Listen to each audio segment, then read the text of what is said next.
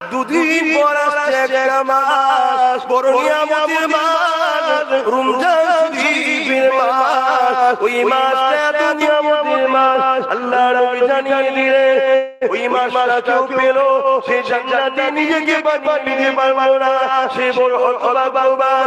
অর্থাৎ রমজান শরীফের মাস হলো নিজেকে জান্নাতি বানাবার মাস। জান্নাতি বানাতে হবে তো, হ্যাঁ? এই মাস এত নিয়ামতপূর্ণ মাস, যে মাসে আল্লাহর কোরআন নাযিল হয়েছিল, রমজান মাসে। কথা বুঝে আসছে?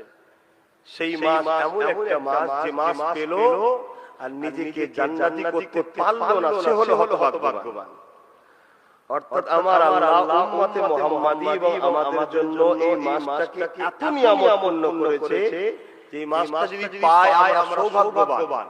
এখনো বলতে পারবো না দুদিন বাকি আছে, দুদিনের মধ্যে আব্বাসের দিকে চলে যাবে আমার জানা নাই।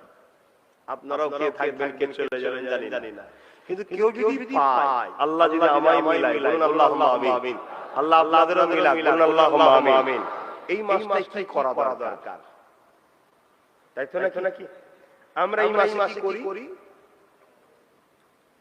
বলবেন তো? এই মাস করেন রোজা রাখেন, তাই তো? কি রোজাটা কি? সারাদিন না খাওয়া, একটা বিড়াল ঘরের মধ্যে ভরে রেখে দেন, দুদিন না খেয়ে রেখে দেন, দেখেন রোজা রাখি। রোজাটা কি? সবচেয়ে বড় কথা হচ্ছে নিজের নফসকে কন্ট্রোল করা, নিজের আত্মাকে শুদ্ধি করা। এটা হচ্ছে রোজার মাসের একটা বৈশিষ্ট্য, গুরুত্ব। বাবেরা নজনের আল্লাহ নবী মাসে কি করতে শুনেন?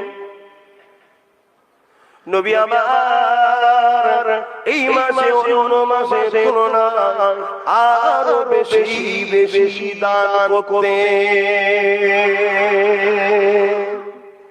আমরা দান দূরের কথা, অন্য মাসে যদি ফলের দাম 100 নিত, এই মাসে 200 করে নেবে।